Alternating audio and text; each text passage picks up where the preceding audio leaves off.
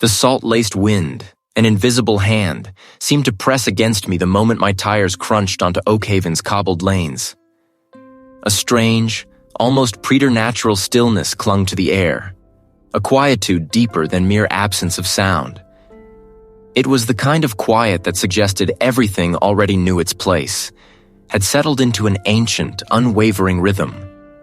Sunlight, thin and pale, gilded the Victorian facades, each home a meticulously painted dollhouse, its window boxes overflowing with impossibly vibrant blooms. There was a perfection here that felt engineered, a little too neat, like a memory polished until its edges blurred into an unsettling sheen. I, Grant Caldwell, had arrived, drawn by the siren call of history, a moth to an ancient flame. My purpose was clear, etched into the margins of my research proposal: to delve into the archives of the Oakhaven Heritage Society, a bastion of local lore. Their reputation, whispered among academic circles, spoke of an unparalleled dedication to preserving the town's storied past. For a historian like me, with a thirst for the forgotten and the overlooked, it was an irresistible lure. I felt a familiar hum of anticipation in my chest, a deep current of excitement that always preceded a new excavation into the strata of time. My first few days were a blur of polite introductions and superficial charm. The townspeople, uniformly amiable, offered small, practiced smiles. Their eyes, however, often held a distant, almost vacant quality, as if their inner landscapes were vast and empty. Conversations, no matter how earnest my attempts to steer them towards the town's deeper history, would invariably drift back to the weather, the perfectly manicured rose gardens, or the upcoming summer festival. It was like speaking to reflections, pleasant but ultimately impenetrable. This uniform pleasantness, this unwavering, almost enforced contentment, began to prick at my historian's intuition. It was a town without shadows, without discord, and such places, I had learned, often hid the most profound darkness. The Heritage Society itself was housed in a grand, stone-faced building overlooking the town square, its sturdy oak door a portal to what I hoped would be a treasure trove. Inside, the air was thick with the scent of aged paper and dry wood, a fragrance that usually filled me with immediate comfort. The main hall, dimly lit by tall, arched windows, showcased glass cases filled with sepia-toned photographs and faded maritime instruments. It was all very well preserved, almost too well preserved, as if time itself had been kept at bay by a meticulous, unseen hand. "Welcome, Grant Caldwell." A voice, smooth as worn velvet, greeted me. The curator, a woman of indeterminate age with hair like spun silver and eyes that seemed to hold generations of quiet observation, extended a slender hand. Her name, she offered, was simply the curator. "We've been expecting you. Such an honor to have a scholar of your caliber grace our humble archives." Her smile was warm, but her gaze, I noticed, lingered a moment too long, a tiny flicker of something unreadable in its depth. I spent the better part of a week immersed in their meticulously cataloged collection. The archives were pristine, a model of organization. Every document, every ledger, every photograph was perfectly preserved, indexed with a precision that bordered on obsession. I began with the foundational texts, the town charter, early settler diaries, the records of the first town council meetings. It started subtly, a discordant note in a symphony of order. I was cross-referencing a land deed from 1788 with a contemporaneous town council minute. The deed, written in a florid hand, clearly stated the parcel of land was purchased from a Master Elias Thorne.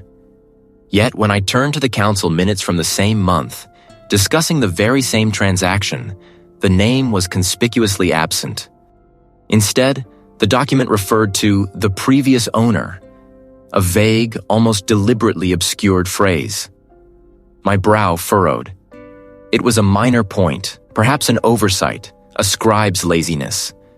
But in historical research, such omissions were rarely accidental. I pulled out another volume, a collection of early Oakhaven family genealogies, hoping to find a mention of Elias Thorne. Nothing. No Thorne family, no individual by that name listed among the early settlers or prominent landowners. It was as if the man, clearly present in one official document, had simply been erased from all others. A prickle of unease traced its way down my spine. I double-checked the dates, the script, the watermarks. All authentic. The deed was unquestionably real. Yet the absence in the other records was equally undeniable. My historian's instinct, usually a steady compass, began to spin wildly. This wasn't merely a discrepancy. It was an active lacuna, a deliberate forgetting. That evening, the unsettling anomaly gnawed at me. The air grew cooler, carrying the briny tang of the sea. Soon, the last gasps of daylight bled from the sky, leaving behind a bruised purple twilight. I found myself at the ocean shore at night with stationary waves. The water, flat and glassy under the nascent moon, barely rippled, its surface reflecting the scattered starlight with an unnerving perfection. The missing name, Elias Thorne, echoed in my thoughts, a phantom in the town's meticulously constructed memory. Something was profoundly wrong here. The Heritage Society wasn't merely preserving history. It was curating it with an almost surgical precision, leaving behind only what it wished to remember. And what it wished to forget, it erased with an unnerving thoroughness, leaving behind only the unsettling stationary waves of a memory that refused to break. The quiet of Oakhaven was not the absence of sound, but the presence of a profound, unnatural stillness, as if the very air held its breath.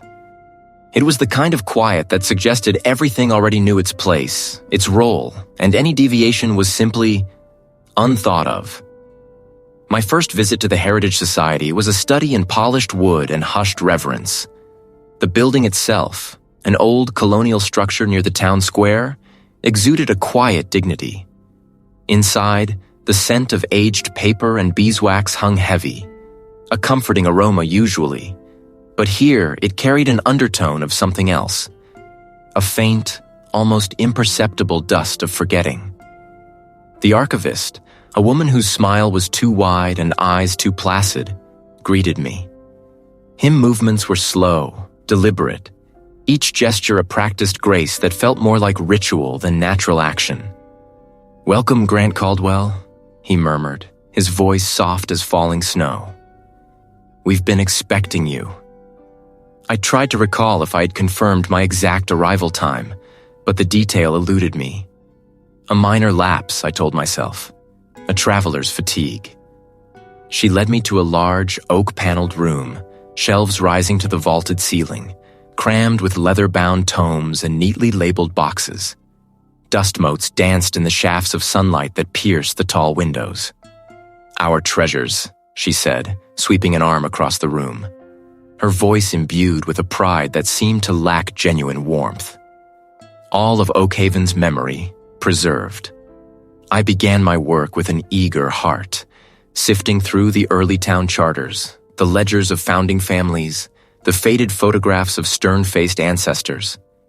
Initially, it was precisely what I expected, the meticulous record-keeping of a small, proud community. But as the days bled into one another, a subtle discord began to hum beneath the surface of the meticulously preserved history. The first anomaly was small, a founding date for the town that shifted subtly between documents. One ledger proclaimed 1783, another, a seemingly identical charter, indicated 1787. A mere clerical error, I reasoned, easily overlooked in centuries of transcription. Yet, the precision of the surrounding entries made this particular discrepancy feel less like oversight and more like deliberate alteration. Then came the gaps. Entire decades, particularly in the early 19th century, were glossed over with alarming brevity. Land deeds would jump from 1810 to 1835, with no intervening records of transactions, no census data, no local council minutes. It was as if Oakhaven had simply ceased to exist for a quarter of a century, only to reappear, fully formed, with no explanation for the interim. My queries to the archivist were met with the same placid smile. Some records were lost to a fire, Grant. A tragic accident long ago. But there was no mention of any such fire in any of the surviving chronicles. No memorial, no lament. Just the quiet assertion. A statement offered with the weight of undisputed fact. My unease deepened. I sought out personal accounts, diaries, letters, the raw, unfiltered voices of the past. There were collections, yes, bound and cataloged with care. But within them, I found a strange homogeneity. The sentiments, the observations, even the turns of phrase often mirrored each other with an eerie precision. And more disturbingly, when I looked for narratives from long-term residents, those who could have provided generational insights, the wellspring of their personal history seemed curiously shallow. Their anecdotes, when they existed, were often vague, focusing on the collective we of Oakhaven rather than individual experiences. I spent my lunch breaks in the town square observing the longtime residents. They moved with a gentle rhythm, their faces etched with a serene, almost vacant contentment. Their eyes, when they met mine, held no spark of inquisitive thought, no flicker of personal memory beyond the immediate. Their responses were always polite, always agreeable, but devoid of the rich, textured detail I craved. "Oh, Grant," one elderly woman, a resident for over 80 years, told me, her voice soft as down, "We've always been here. Oakhaven is simply Oakhaven." Her gaze drifted to the ancient oak at the center of the square, a tree whose roots seemed to knit the very fabric of the town together. There was no depth in her eyes, only a still surface reflecting the blue sky. The inconsistencies gnawed at me. The missing years, the conflicting dates, the peculiar echo in the personal accounts, and now, the residents themselves, living embodiments of a history that felt both meticulously curated and profoundly hollow. It was as if Oakhaven had a single approved narrative, and any deviation was simply trimmed away. One evening, the oppressive quiet of my rented cottage became too much to bear. My mind, a frantic hive of conflicting dates and absent narratives, demanded release. The moon, a sliver of bone, cast a pallid light across the vast expanse of water. The waves, however, were not moving. A strange, impossible tableau. The sound of the ocean, that ceaseless roar and crash, was utterly absent. The water, usually a restless entity, was held captive, its surface reflecting the moon and the distant, unblinking stars with an unsettling clarity. It was as if the ocean itself had forgotten its own nature, its own ancient rhythm. Or perhaps it too had been made to conform. The silence was not peaceful. It was a hungry quiet, a profound emptiness that seemed to press in on me from all sides. This wasn't just about missing dates or conflicting ledgers. Something fundamental, something primal, was subtly, terrifyingly wrong here. Oakhaven was a tapestry, and someone, or something, was meticulously unraveling threads, reweaving patterns, and silencing the very loom. Dates shifted, names vanished from family trees, and events once pivotal to the town's founding were now relegated to footnotes or sometimes to utter non-existence. The meticulousness I had initially admired now felt less like preservation and more like a carefully constructed void. The air in the Heritage Society's archives, once crisp with the scent of aging paper and polished wood, began to feel heavy, almost viscous. It clung to my skin, seeped into my thoughts. A chill, not of temperature, but of something far more insidious, began to weave itself into the fabric of my days. I needed air, a vastness to counteract the suffocating order. I drove my borrowed car, a sedan that felt too modern for Oakhaven's timeless streets, until the scent of salt grew sharp in the wind, pulling me towards the edge of the known world. The moon, a sliver of bone, cast a pallid sheen across the water. The air was thick with the brine and the damp earth, a primal smell that cut through the intellectual fog in my mind. It was unnerving, as if the very pulse of the world had faltered, caught in some unseen stasis. A figure emerged from the gloom near a cluster of barnacled rocks.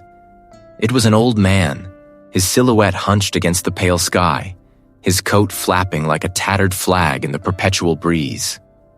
He was thin, his face a roadmap of deep-set wrinkles, and his eyes, when he turned them toward me, held the weary glint of countless dawns witnessed from this very shore. He carried a gnarled walking stick, its tip scraping a faint line in the damp sand as he shuffled closer. Lost, young Grant Caldwell? His voice was a dry rasp, like sand sifting through ancient timbers. He knew my name. I hadn't seen him before. Just seeking clarity, I admitted, the words feeling inadequate against the vast, unnerving quiet of the shore. He chuckled, a sound like pebbles tumbling. Clarity, a rare commodity in these parts, especially when the tide comes in, not with water, but with forgetting. He gestured vaguely towards the stationary waves. They say the ocean remembers everything, lad. But here it learns to hold its tongue, to unknow. My spine stiffened. Unknow? Aye, a name, a date, a face, then a whole season, a year, then a lifetime. It's like a moth to a flame, the memory. Drawn in, consumed, stirring up the dust. Be careful, lad. Some dust once disturbed likes to settle back in new places. This was it. The direct warning. The confirmation of my gnawing suspicions. Who? The old man's eyes, which had held such a strange, ancient wisdom, suddenly clouded over. He blinked, his gaze unfocusing. Does what now? He mumbled, his voice losing its raspy edge, becoming merely old and tired. Talking to myself, I suppose. The mind wanders, you know. Comes with the years. He shrugged, a jerky, uncertain movement. Best be heading home. Nothing but the sea and, well, the sea. He turned, his shuffling gait now just that of an old man, his earlier intensity vanished like smoke. He faded back into the gloom, leaving me alone with the impossible quiet of the stationary waves. His words had been so clear, so pointed, and then nothing. As if the very act of speaking them had erased their meaning, even from his own mind. A peculiar sensation prickled at the edge of my awareness. It was like trying to recall a dream that had been vivid moments ago, but now dissolved into wisps of ungraspable images. I closed my eyes, trying to retrace my steps, to remember what I'd eaten for dinner, what book I had been reading just before I left the Heritage Society. The details felt smudged. My mind felt like a chalkboard that had been wiped clean, but not quite. There were faint, ghostly impressions, but the firm lines were gone.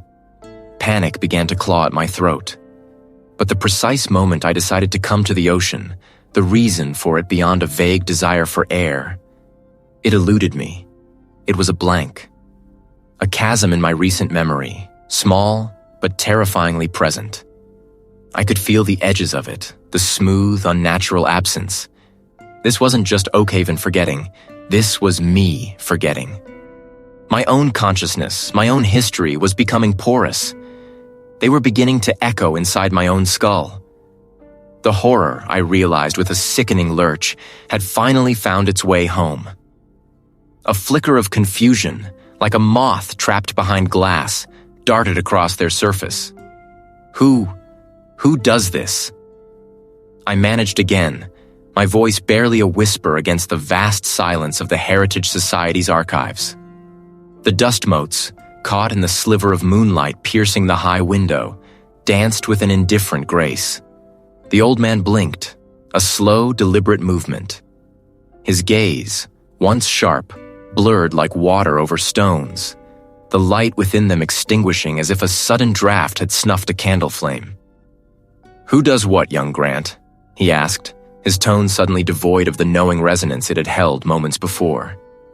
His words were flat, a calm, empty lake.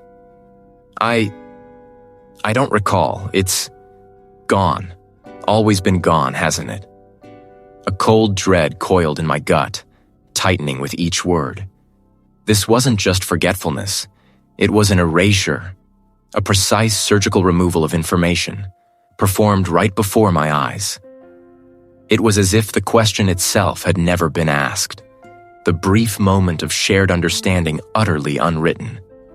The missing records, the stories that don't quite align.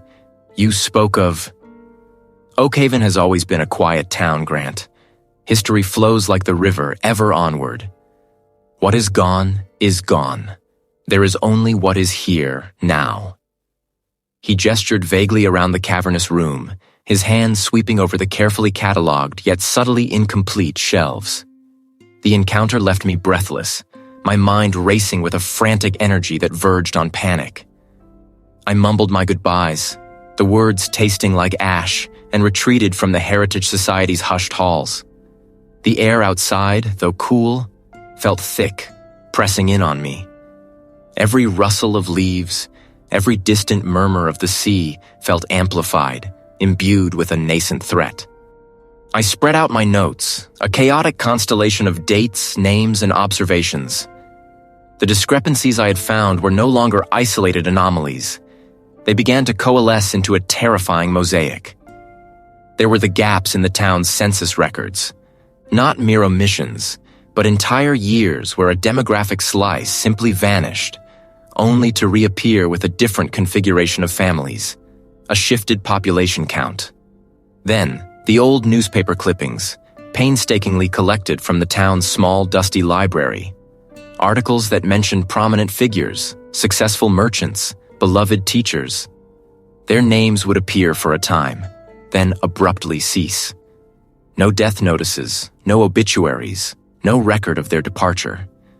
They simply stopped. And in their place, new names, new faces, often with a vague, almost identical backstory of having always been here. I traced a line with my finger from a missing census year to a local newspaper's sudden lack of reporting on a specific annual festival. The historical blanks, the missing years, the vanished families, the unrecorded shifts in Oakhaven's social fabric always seemed to correlate with the sudden, unspoken disappearance of individuals. And each time, subtly, almost imperceptibly, a thread led back to the Heritage Society.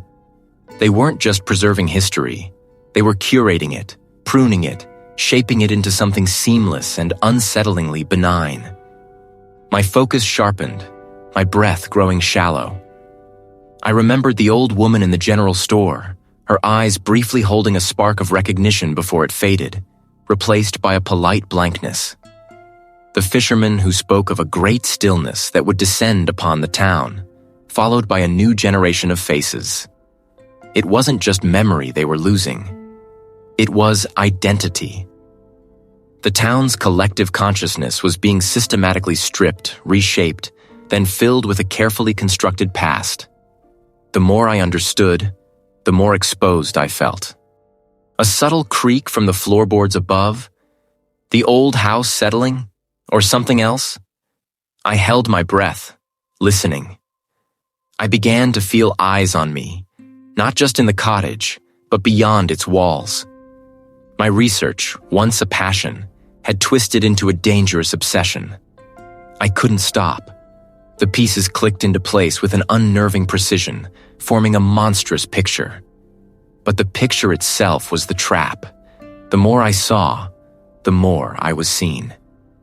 Unable to contain the churning unease, I pulled on a jacket and stepped out into the night.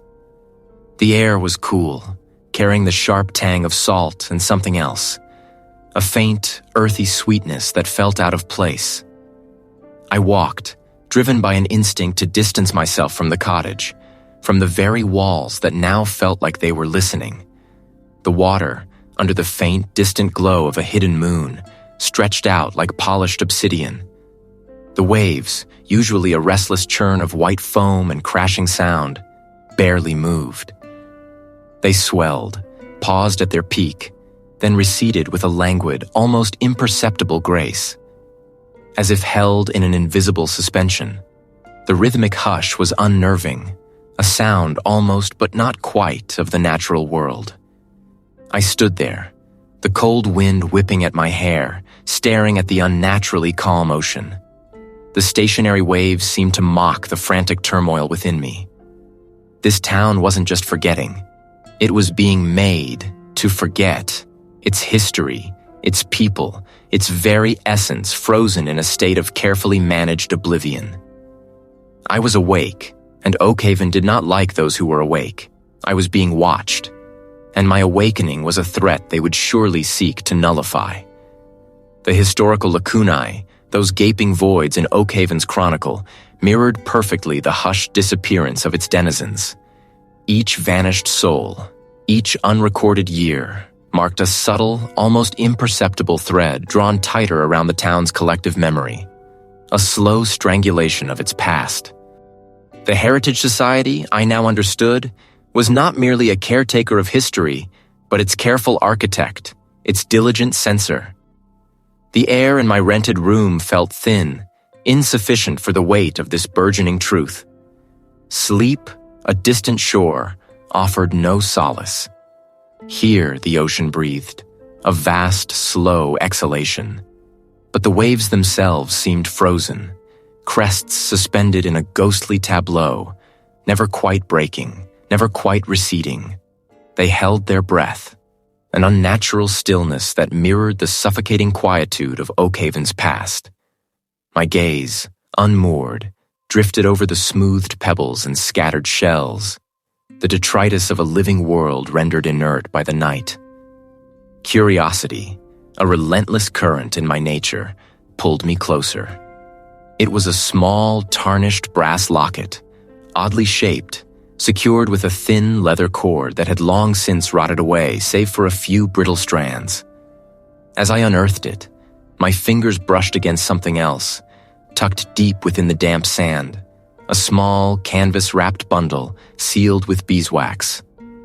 The air, already thick with the scent of brine and decaying kelp, now seemed to carry a faint metallic tang, like old blood. My heart gave a sudden, hard lurch. My fingers, clumsy with anticipation, worked at the hardened beeswax seal. Inside, wrapped in oilcloth, was a small leather-bound journal, its pages brittle, its script faded but still legible. The opening entry was dated years prior, signed by a name I did not recognize, but the handwriting was tight, scholarly, akin to my own. The writer, a former investigator, had come to Oakhaven with a similar academic purpose, drawn by the same historical anomalies that had snagged my attention. His initial entries spoke of meticulous research, of interviews with townsfolk, of growing unease. It is cultivated, a garden of amnesia, carefully tended. I have seen the same vacant stare in the eyes of the long-term residents when questioned about certain eras, certain families. Not forgetfulness, but a deliberate emptiness. My breath hitched. He had seen it too. As I turned the fragile pages, the tone of the entries grew more frantic, the hand less steady. They speak of retention protocols and memory recalibration. I overheard a hushed conversation between the director and a senior archivist. They are not preserving history. They are performing experiments. Not on rats, Grant, but on consciousness itself. Was this meant for me? A message across the years? I had to remind myself that my name was not unique, that it was a common name. Yet, the timing felt too precise, too cruel. The subsequent entries detailed a creeping horror, a dawning realization that shattered the benevolent facade of the Heritage Society. The presence. I feel it now, a subtle drain, a quiet siphoning. It feeds, not on flesh or blood, but on the very essence of who we are, our memories, our unique narratives, our sense of self. It leaves behind a husk, a malleable form, easily reshaped to fit the society's design, a parasitic entity, not of the body, but of the mind. It explained the unremembered past, the quiet disappearances, the almost unnatural conformity of the town. It explained the pervasive, almost cheerful emptiness in the eyes of the long-term residents. They know I know. The smiles. They linger too long. The director's gaze. It peels back layers. I can feel it trying to consume my own recollections, to make me forget what I have seen, what I have written. I have hidden this. If you find it, if you are another, do not trust the calm. Do not trust the quiet. The hunger is real. It is ancient. And it is here, in Oakhaven, feeding. The journal ended abruptly, a half-formed word trailing off into a frantic, ink-blotted scribble. The predecessor's fate was left to the imagination, a fate I could only assume had involved the ultimate erasure. I clutched the journal, its pages brittle beneath my trembling fingers. The stationary waves, once an oddity, now seemed a deliberate act of unnatural stasis, a captured moment in time, much like the memories of Oakhaven's inhabitants. I was not alone in my pursuit of Oakhaven's forgotten truths. Another had walked this path before me, had seen the same horrors, had documented the insidious reality lurking beneath the town's placid surface. And now, I held his testament, a torch passed from one doomed hand to another. The game, I realized, was far more dangerous than I had ever conceived. The predecessor's journal, a fragile testament to a forgotten struggle, still resonated within my grip, its final fractured words a phantom ache in my mind. The ink-blotted scribble was a map to a horror I was only now beginning to chart, a horror that culminated, I suspected, in the ultimate erasure. My fingers, still trembling, traced the brittle pages, the paper a thin membrane between my present terror and a past that had dissolved like sugar in water. The air grew cooler, sharper, carrying the unmistakable tang of salt and something else, something ancient, primordial. Ahead, the vast, inky expanse of the sea opened up, a bottomless canvas under a sky bruised purple and black. It was a sight that defied the natural order, a paradox of motion and stillness. The water, a leaden sheet under the distant hazy glow of the town, seemed to breathe, to rise and fall with an impossible slowness, its crests frozen in perpetual silent anticipation. Each wave, immense and heavy, held its form, a monumental sculpture of liquid glass, before gently, almost imperceptibly receding, only to be replaced by another, equally petrified, equally silent. There was no crash, no roar, only a deep, resonant sigh that seemed to emanate from the very bedrock of the world, a sound that bypassed the ears and settled directly in the marrow of my bones. A figure stood at the water's edge, silhouetted against the impossible stillness of the sea. I recognized the stoic posture, the air of quiet authority that clung to the high-ranking member of the Heritage Society as tightly as their perfectly tailored tweed. This was it.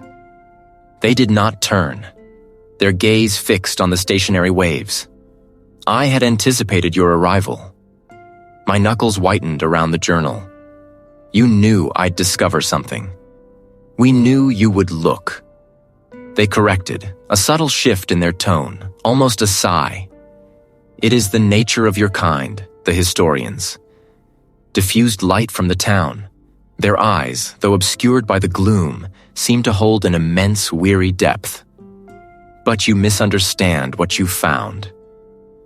I've found a conspiracy, I retorted, my voice steadier than I felt. A deliberate erasure of Oakhaven's past, a manipulation of its collective memory. What if the peace Oakhaven enjoys, its tranquil isolation, its very existence, depends upon that erasure? The words hung in the air, heavy with unspoken meaning. The rhythmic, silent respiration of the stationary waves seemed to amplify the tension, making the moment vast and suffocating. We are not malicious, Grant, the senior member continued, stepping closer, their voice dropping to a low, resonant murmur that seemed to weave itself into the fabric of the night. We are custodians. For generations, our families have served in this capacity. We tend to Oakhaven. We watch over its delicate balance. Balance? I scoffed, a bitter taste rising in my throat. By stealing people's lives, their very identities? By offering them, they corrected, their gaze unwavering. A necessary exchange. The entity. It is not malevolent, not in the way you conceive of evil. It does not choose to harm, it simply is. It exists, and in its existence, it requires sustenance. A particular kind of sustenance. My mind reeled, trying to grasp the implications. Sustenance? Memories? Identities? The very essence of being, the senior member confirmed, a profound sorrow etched into the lines around their mouth. It feeds on the tapestry of individual experience, the threads of collective history. Without it, Oakhaven would not merely cease to remember. It would cease to be. The entity would consume it entirely, utterly. They wrestled with it, just as you are now. They tried to fight, to understand, to reason. But one does not reason with the force of nature. They weren't evil, not by their own twisted logic.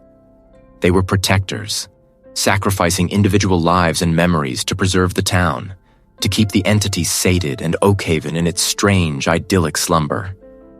The horror wasn't in a conscious act of malice, in the sheer, indifferent being of the entity. A quiet life, a peaceful existence, free from the crushing weight of certain truths. Is that not a form of salvation? The enemy wasn't a malicious force I could fight, but an indifferent hunger and its unwilling, complicit custodians. I was no longer just an investigator. I was a witness to an ongoing systemic horror, and the stationary waves continued their silent, endless breath, a pulse for a town built on forgotten lives. The chilling weight of their collective burdens settled upon me, a suffocating shroud woven from forgotten histories and stolen identities. The air, thick with the brine of the sea, offered no comfort, only a stark reminder of the vast, indifferent expanse that mirrored the entity's hunger. Each wave, a whisper of foam and dark water, held its breath just before the shore, as if frozen in a perpetual moment of arrival, never quite breaking, never quite receding.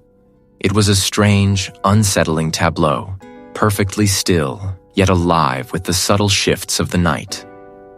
My thoughts, once sharp and precise instruments of inquiry, now felt blunted, like old tools left to rust. I frowned, digging my heel into the wet sand. Had I always been this forgetful? A trivial lapse, perhaps, a symptom of exhaustion. I dismissed it, the cold bite of the sea wind more immediate than this nascent unease. But the unease lingered, a persistent burr beneath the skin.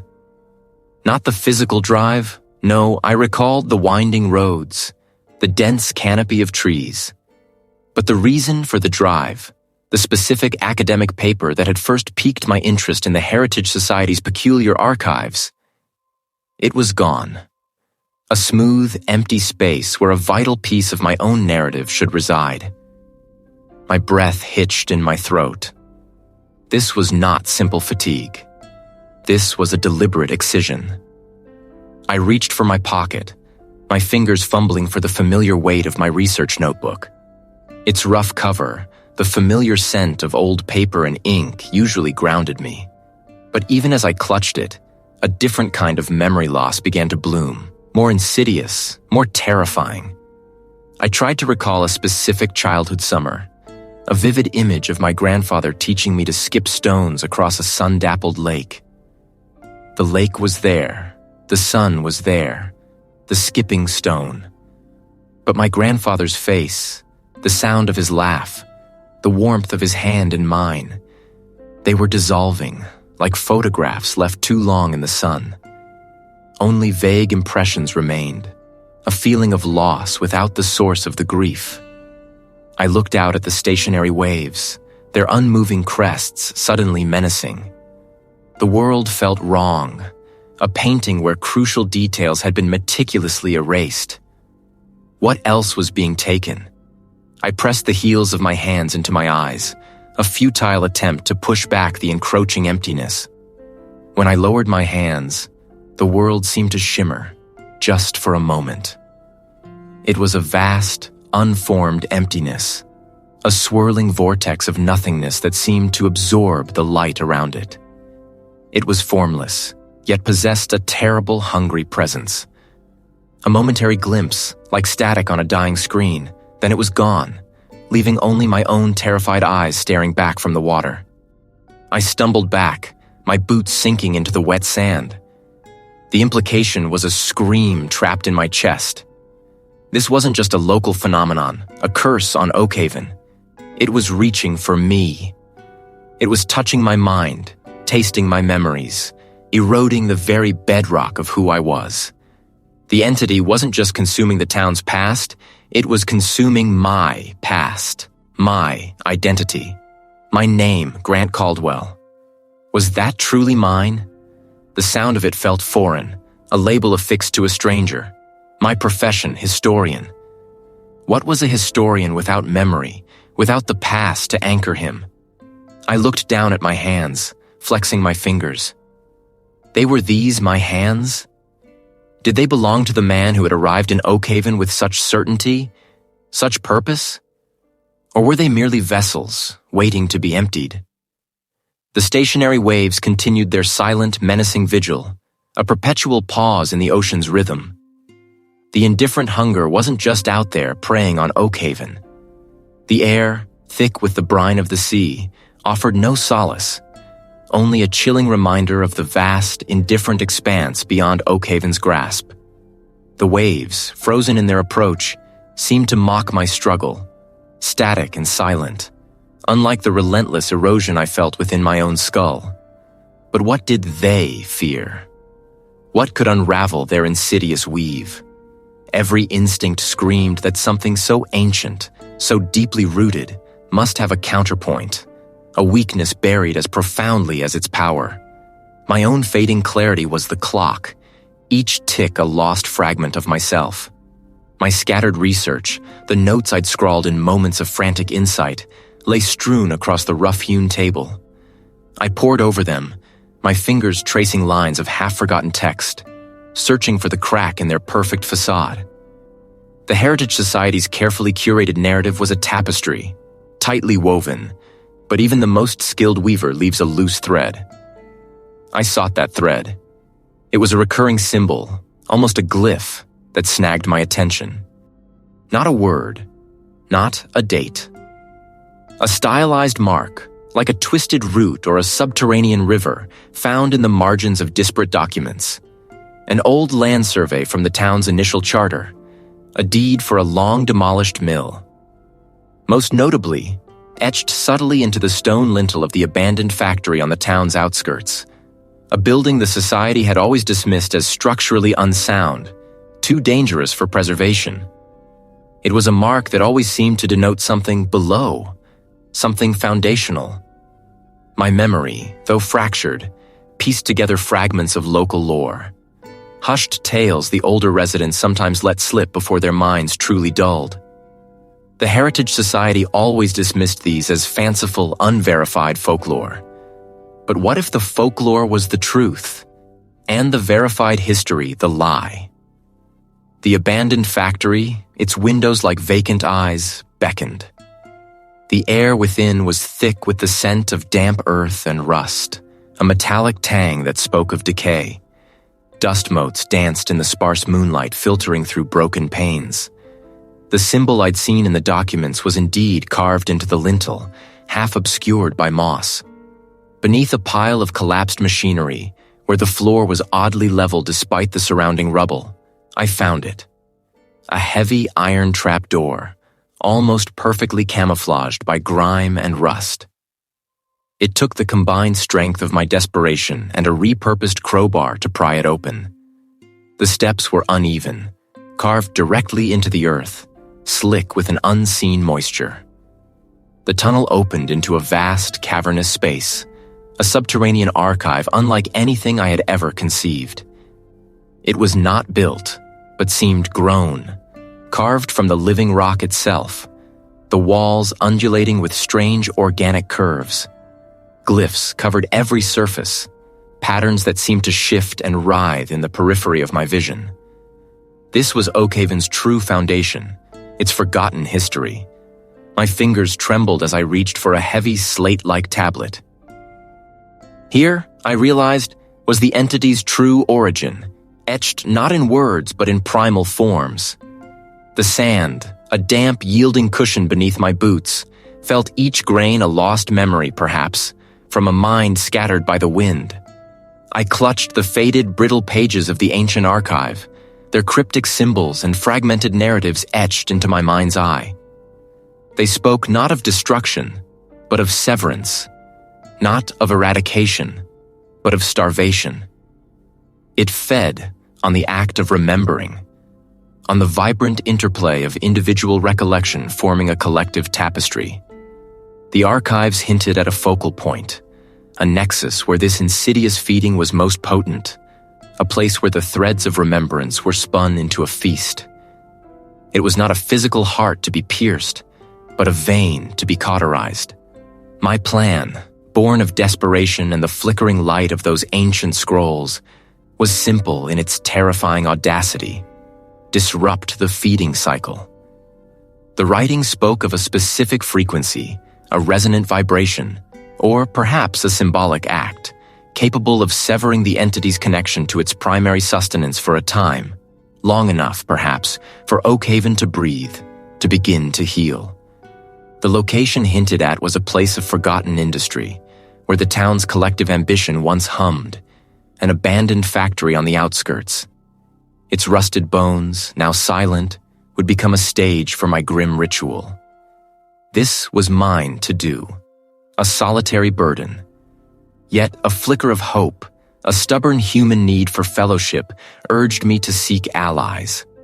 I walked back into the hushed town, the lamplight spilling weak, yellow pools onto empty streets.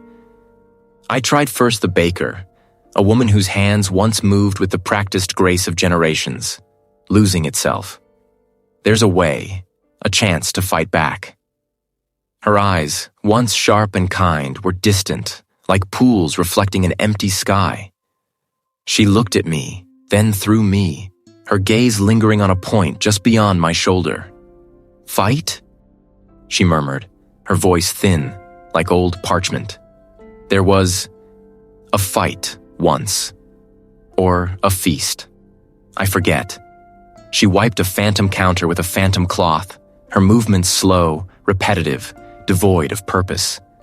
Her memory, like the dough she once kneaded, had lost its elasticity, its capacity to hold form. My words, meant to rouse, seemed to dissipate before they even reached her.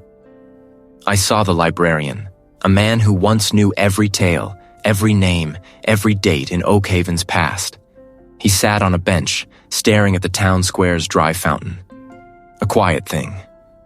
Best left to sleep. Less trouble. He chuckled, a dry, brittle sound, then fell silent, his gaze fixed on nothing. The weight of their forgetfulness pressed down on me, suffocating. They weren't hostile, not aggressive. They were simply gone. Their wills were fragmented, their identities dissolved into a collective, hazy echo. They could not be rallied. They were already too far within the entity's grasp, their minds a barren landscape. Then, a flicker. I found the archivist, the one who had once shown me the hidden passages within the Heritage Society building, the one whose own memory had begun to fray even then. He sat huddled in his small, dusty apartment, surrounded by stacks of unread books, a faint metallic scent clinging to the air. His eyes, though still clouded, held a spark of recognition, or perhaps a ghost of it. "Grant," he rasped, his voice a dry rustle. He looked thinner, his clothes hanging loose, his hands trembling slightly. You found it. The other side of the ledger." I knelt before him, the urgency in my voice barely contained. I found a way to disrupt it, to starve it. But I need an echo of the past, a guide for what was. The factory, the old industrial records, the original land deeds. They hold a key, a pattern. He closed his eyes, a tremor running through him. The patterns, he murmured. They change. They shift. Like sand. Under the stationary waves. He opened his eyes again, and for a fleeting moment, I saw the archivist he once was, sharp and burdened with knowledge. The pulse, he said, the rhythm of the town's remembering. It must be broken, not destroyed, no, never destroyed, just tangled. His words, though disjointed, confirmed my interpretation of the archives. He understood, at least partially, but his understanding was a fragile thing, constantly threatening to shatter. "Will you help me?" I asked, my voice low, hoping to anchor him. He hesitated, his gaze drifting to the window, where the first hint of pre-dawn gray bled into the sky. "Help?" he repeated, the word sounding alien on his tongue. He looked back at me, a profound weariness in his eyes. The forgetting. It is a comfort sometimes. A quiet peace. He swallowed, his Adam's apple bobbing. But the patterns, they must be honored, even if the honor is forgotten. He rose slowly, stiffly, a reluctant specter. The factory, the old clock tower within, it marked the time of Oakhaven's awakening and its slumber. His agreement was a fragile thread, easily snapped. His presence offered little comfort, but a strange, unsettling obligation. He was compromised, a vessel with cracks, but he was all I had. The tension in the room thickened, a palpable weight. We were two broken men, one determined, the other barely tethered to reality, about to embark on a desperate act against an unseen, all-consuming hunger. The sun would soon rise, painting the town in false colors, and we would walk towards the abandoned factory, towards whatever fate awaited us within its silent, rusting heart. The air hung heavy, utterly still, devoid of the usual restless breath of the sea. The waves, frozen mid-crest, stood like an impossible monument to a forgotten tide. They were not ice, nor stone, but water caught in an eternal, silent gasp, their surfaces reflecting the distant, indifferent stars in distorted shards of light. No crash, no whisper, only the deep, unnerving quiet that pressed in on my ears, a vacuum where sound should have been. My plan, born of desperation and the strange, fractured insight granted by my own compromised mind, felt less like strategy and more like an act of faith. I was a vessel with cracks, yes, but perhaps those very fissures allowed me to perceive the entity, to offer it a pathway it hadn't anticipated. A low thrum began to vibrate through the ground, a resonance that started in my feet and climbed, a slow, insidious hum that settled behind my eyes. It wasn't a sound heard with ears, but felt in the marrow, a vibration of forgotten histories. The air thickened, heavy with the scent of damp earth and something else, something ancient and dry, like the dust of countless abandoned libraries, the smell of paper turned to powder. My own memories, usually a solid, reassuring anchor, began to fray at the edges, like old photographs left too long in the sun. This was its greeting, the entity's first tendril of inquiry, a subtle test of my defenses. It sought to unravel me before I could even begin.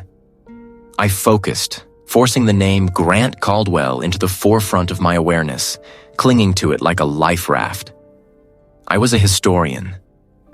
My purpose was to remember, to record, to preserve. This was my shield.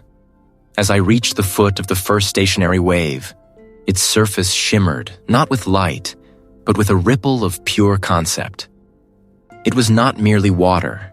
It was solidified forgetting, a wall built from the discarded pasts of Oakhaven. I pressed my palm against its cool, unyielding surface. It felt like glass, yet yielded slightly, as if my touch disturbed a deep, slumbering awareness. Then, it began. "Who are you?" the entity seemed to demand, not in words, but in the overwhelming sensation of its probing. "What is your purpose?" It sought to define me, to categorize me, and then to consume. It was sifting through me, looking for the core, the essence it could absorb. But I had come prepared. My plan was not to fight it with strength, but with truth. I opened my mind, not to resist, but to offer.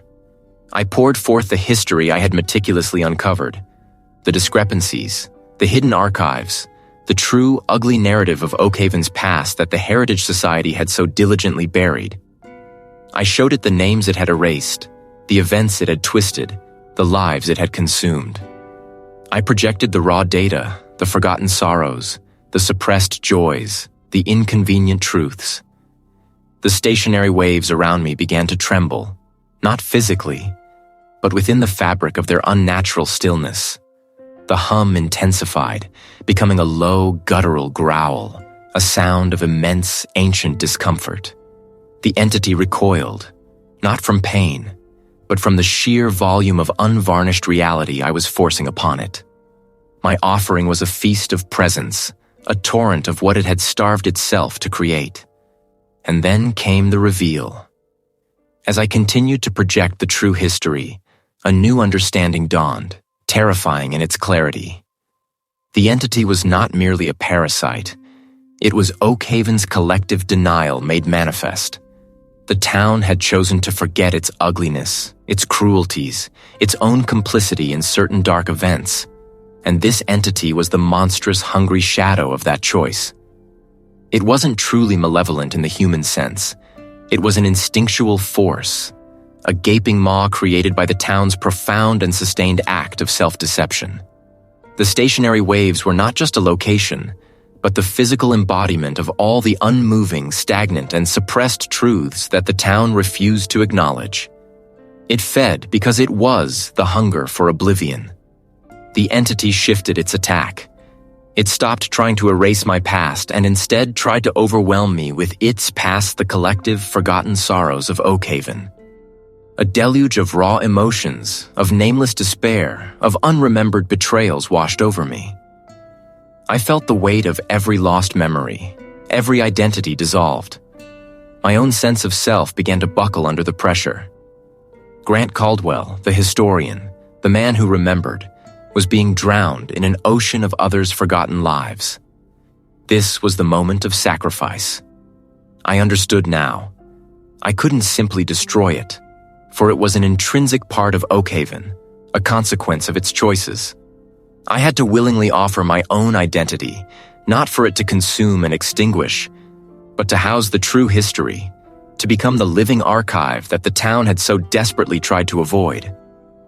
I would become the repository for Oakhaven's collective truth, a vessel for the memories it had rejected, a human dam against the tide of oblivion.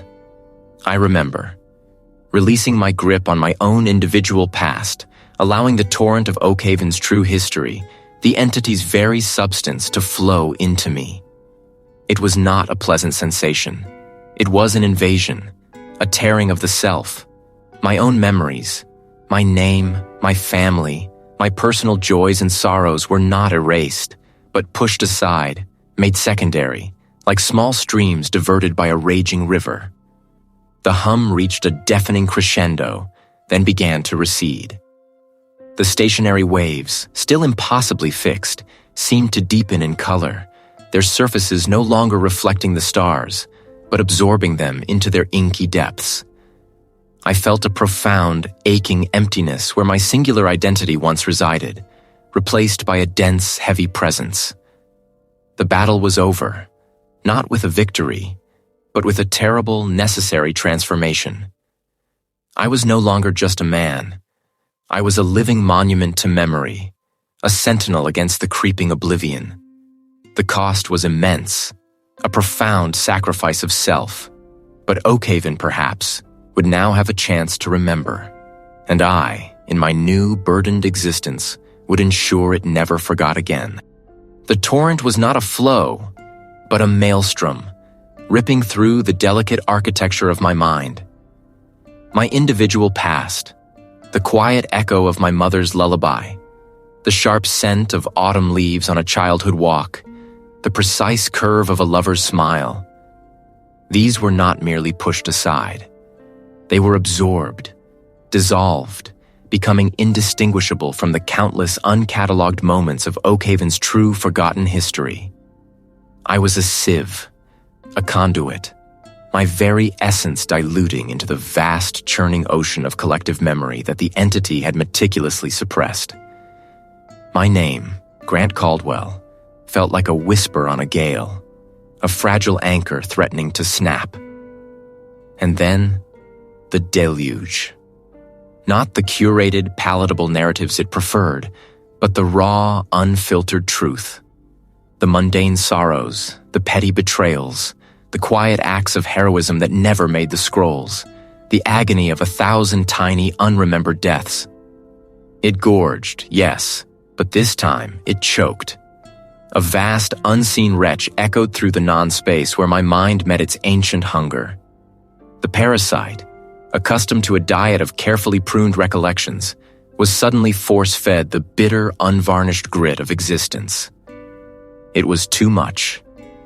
The sheer, unmanageable volume of authentic, messy human truth was its undoing.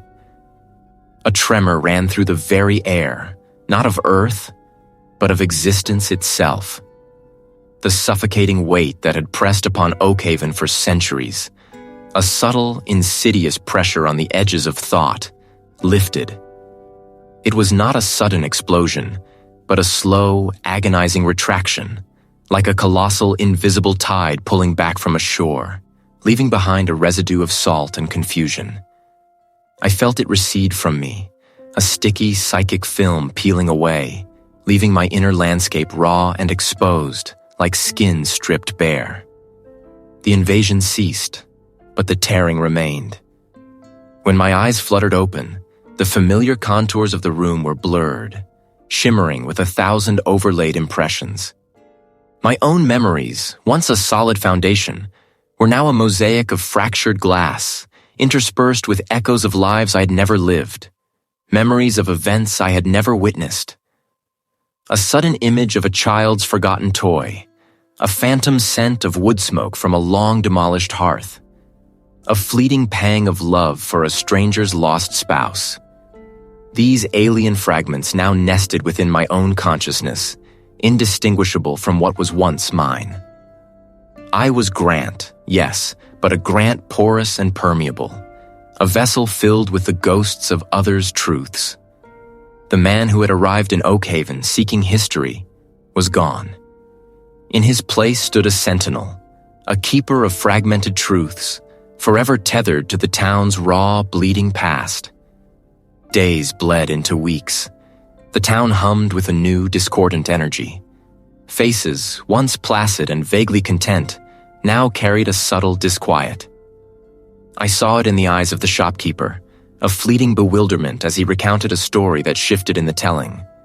I heard it in the whispers of the children, tales of forgotten games and phantom playmates, memories that were both vivid and impossible. The town's collective memory, once a smooth, polished stone, was now a fractured mirror, reflecting incomplete images, sudden flashes of forgotten sorrow and bewildering joy. People would pause mid-sentence, a shadow of confusion crossing their features, as if a word, a name, a memory had just slipped through their grasp, only to be replaced by another, equally strange. They didn't remember me, not truly, not the full arc of my arrival or the horror I had unearthed. They only held a vague, unsettling sense of something having changed, a profound shift in the very fabric of their reality. The Heritage Society building stood silent, its windows like vacant eyes. The dust that had once been meticulously absent now lay thick upon the banisters, a fine gray film over forgotten narratives. The old archivist, the steward of the entity's curated past, now moved through the town with a vacant, distant gaze, a shell of the imposing figure he once was. I would offer a small, empty nod, the truth too vast, too painful to articulate. The air was thick with the scent of brine and something else, something ancient and metallic, a ghost of the entity's passage. The silence was not peaceful. It was a heavy, unnatural hush, as if the very sound of the world had been stifled, holding its breath. I stood there, a solitary figure against the vast indifference of the sea, my mind a quiet storm of borrowed sorrows and half-remembered joys. I had saved them, perhaps. The entity was driven back, its parasitic hold weakened, its carefully constructed lies shattered. But the cost was etched into the very core of my being, a permanent scar on my soul. Oakhaven was free, in a way, but fragmented, raw, and bleeding. And I, Grant Caldwell, was a living archive of its true, terrible history, forever marked by the memory of a past that was not my own, a victory bittersweet and profoundly unsettling.